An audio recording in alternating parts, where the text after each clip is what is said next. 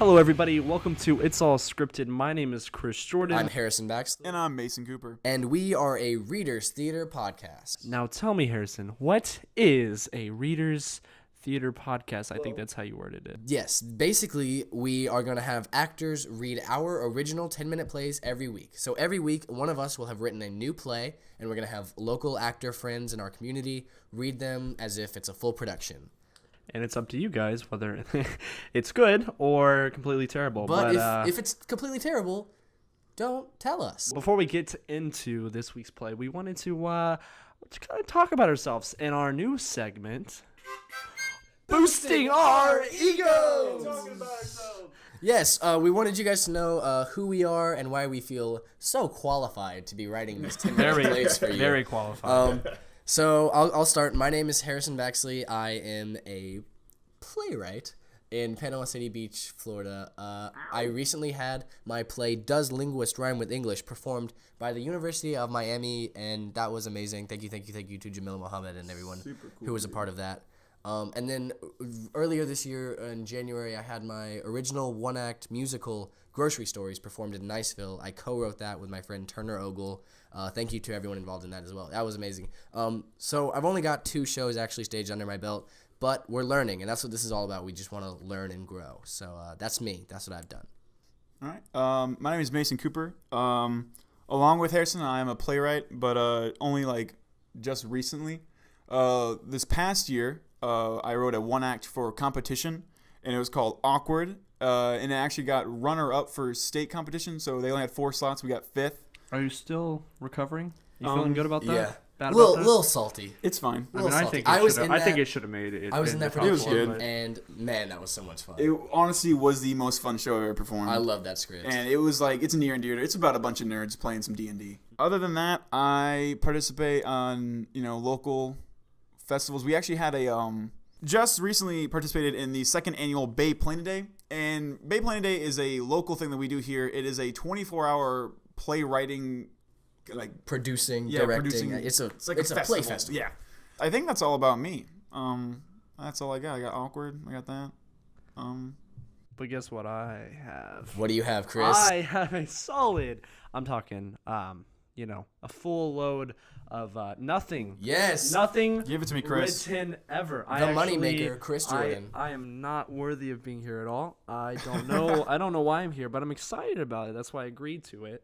I haven't even really been a theater person until my senior year, which would have been last year.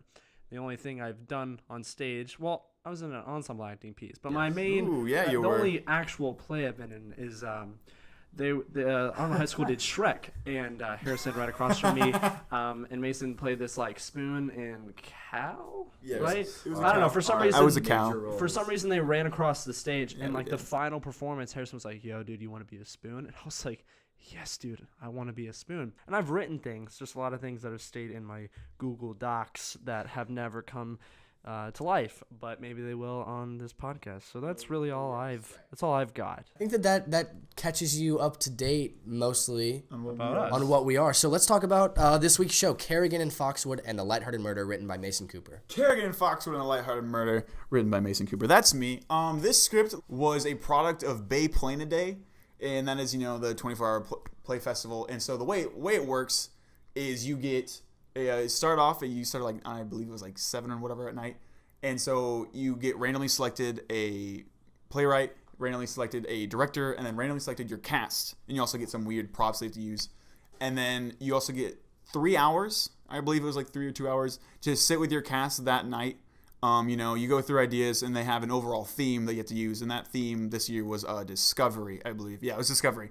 And so we have to find a way to have our show incorporate this discovery. Everyone incorporated that random selected of this cast. And we also have to find a way to incorporate all of our props that we got, which was also randomly selected. So it's just a bunch of hey, we're going to throw some random crap at you. Hopefully you can make it look good. And if not, sorry. Little, play synopsis here. Karrigan and Foxwood and Lighthearted Murder it's about 7-minute play. It's like a buddy cop story about Karrigan and Foxwood. They normally do robberies and whatnot, but there's been a murder, and they're the best that this police force is on. They're the best they got. And so they put them on the case, and turns out there's a lot of stuff going wrong. There's too much to understand, and everything just hits the wall, and they don't know what to do. It's a very Scooby-Doo, It's a very very silly. Scooby-Doo. It's a really fun show. So I think that's it. We're going to let the actors say who they're playing and what they're talking about, and then we're going to start the show, Karrigan and Foxwood and the Lighthearted Murder. Before we start the show, we just have one more super important announcement. We've started this podcast to get better at writing 10-minute plays, but we also want to get the listeners involved. We want you guys to comment on these shows with suggestions of themes or lines or genres you'd like us to use in our scripts. For example, you could suggest themes like hope or discovery, or genres like sci-fi or spaghetti western, and we'll use those suggestions in our future scripts down the road. If you'd like to make a suggestion, feel free to comment on our Facebook page, our YouTube videos, or email us at itsallscripted.suggestions@gmail.com. Hi, I'm Anna Griffin, and I will be playing Foxwood in Karrigan and Foxwood. Hi, my name is Leah Blaze. I will be playing Karrigan, and I recently portrayed Molly in Arnold Theater's production of Peter and the Starcatcher, and I will be attending FSU this fall. Hi, I'm Jeff Floyd. I play the police chief in Karrigan and Foxwood. And coming up, I will be in Nine Muses' production of The Explorers Club playing Clip. Hi, my name is Gloria Hossel. I play Officer Koharski, Miss Body, and the Newsstander. I am attending the University of Florida and studying marketing and acting, and I was just in King Lear by William Shakespeare. Hi, I'm Ben Whitmer, and I play the bartender, the mystery hobo, and the Tank in Karrigan and Foxwood. I was most recently seen in Gulf Coast College production of Cabaret as Clifford Bradshaw.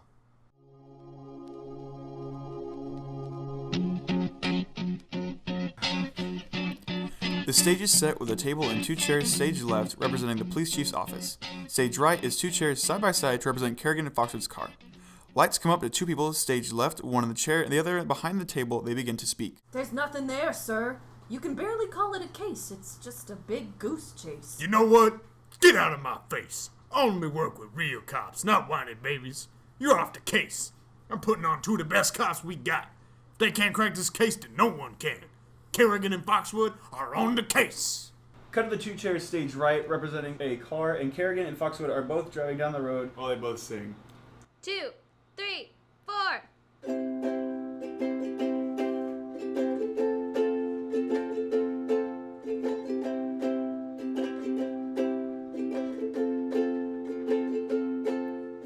We are Karrigan and Foxwood. We solve crimes better than anyone could. We solve crimes. We are good.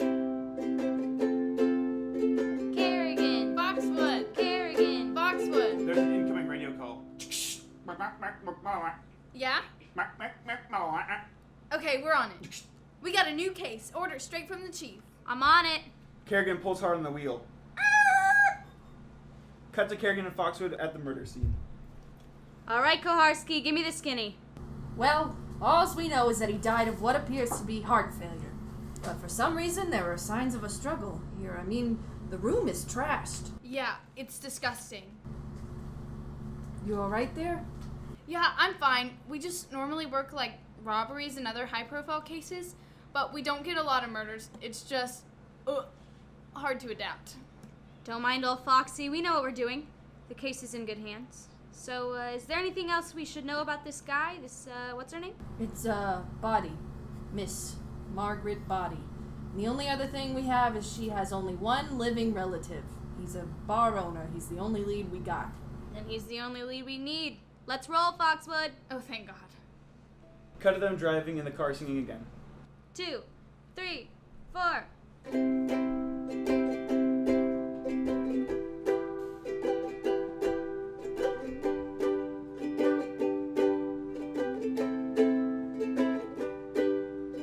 Bodies, not our thing. Bodies, kinda stink. We solve robberies.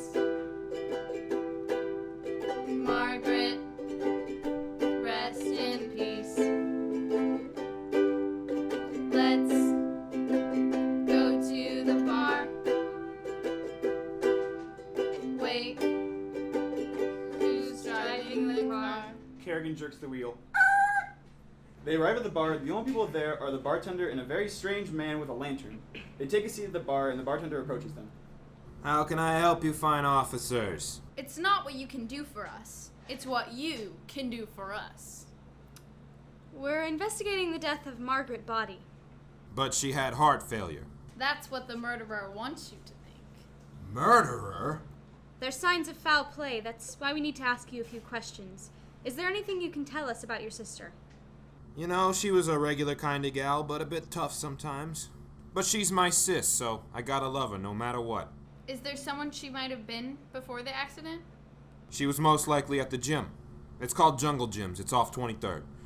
She goes there a lot. She used to be a boxer. She wasn't that good, but still, she had heart.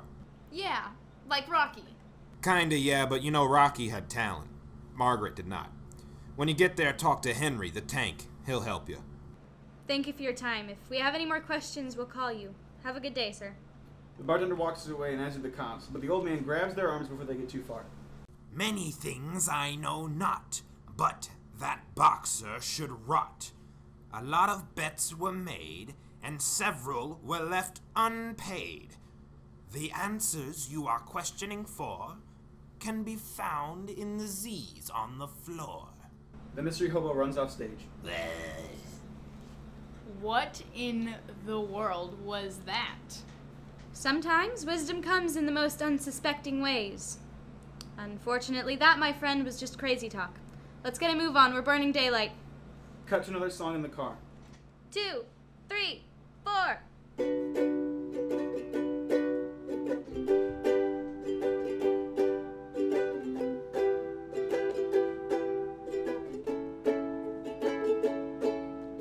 Jungle gyms on 23rd. This case is really absurd. There was a hobo at the bar. We hurried to get in the car. I'm worried we won't solve this case, but I really need a pay raise. Foxwood is my best friend. I hope that this case never ends. They arrive at the gym, walking in. Is this the right place? It's not my fault your wrist is broken. Maybe Riley shouldn't have put weights in the heavy bag. This is the place. Well, hello, officers. I can assure you that the accusations being made toward us are completely inaccurate and all our paperwork are in order, so there's nothing to be done here. We're, actually here about a Miss Body. Is Henry the Tank here? Oh, I haven't heard that name in years. That was before I became the Intercontinental Heavyweight Champ, 1986. Oh, well, we were... I was at the top. I had beat everyone. Everyone but the best. El Mucho Rapido. He was a luchador champ and he turned to boxing.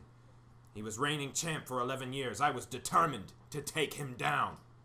So, about Miss Body. I stared in the mirror and I told myself, I said, Henry, this is it. This is the big moment.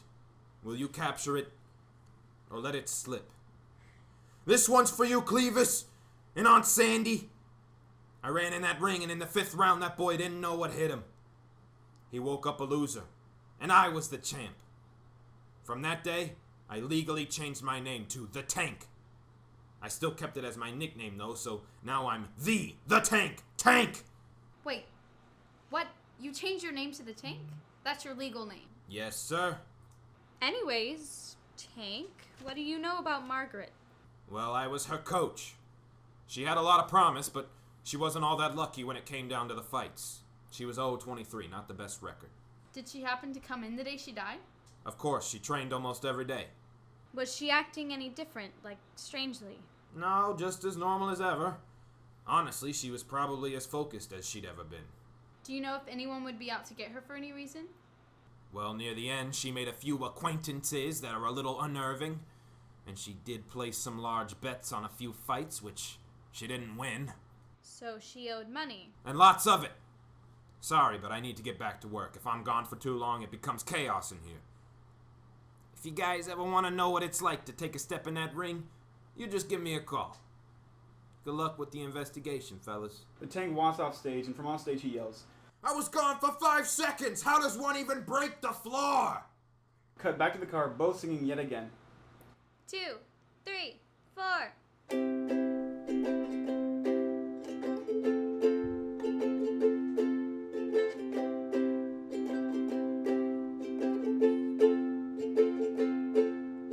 He talks a lot about himself. Does he ever take off the championship belt? No! He said she had a lot of debt. That could be why she ended up dead. He had a really strange name.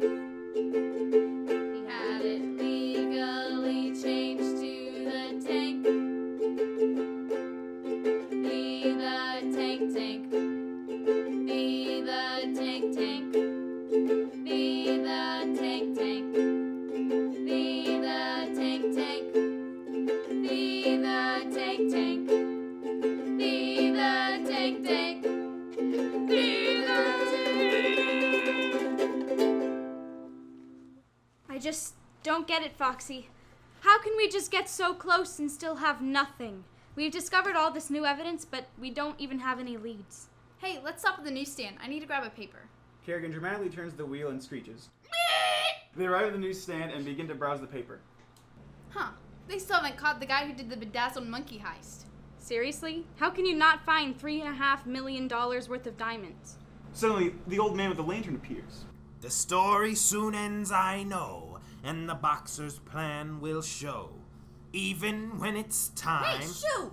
Get out of here, you crazy old man. The crazy hobo runs away. Sorry about that. He's always getting in people's business. Rambling on about stolen money and some hidden plan. I don't know. Wait, Karrigan, I know what happened. We gotta go back to the scene of the crime before it's too late. Cut to yet another song from the car. 2, 3, 4.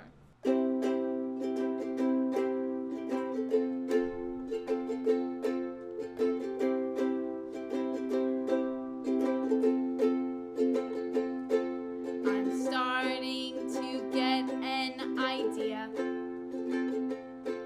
The chief was acting kinda weird. The bedazzled monkey guy has not been found. I have a feeling we'll see her around. Foxwood is my best friend. I think that this case is about to end.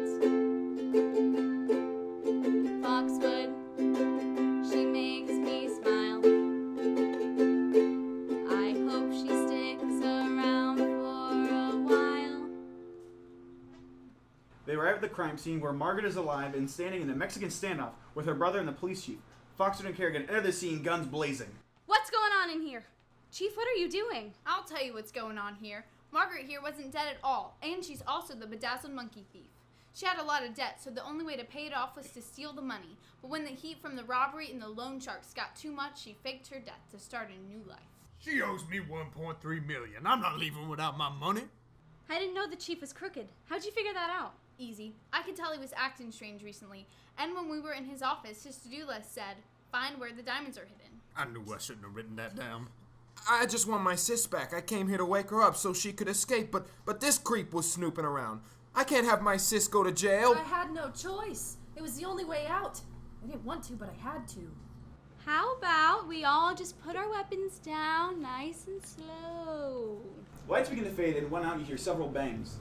Bang, Bang, bang, bang, bang, bang. Oh, God! Bang, bang, bang, bang, bang. Foxwood, no! Bang. The lights come up, and you see the bartender, the chief, and Margaret all cuffed, and Foxwood and Karrigan are standing center stage behind them with the ukuleles. They begin to sing the final song, summarizing the show.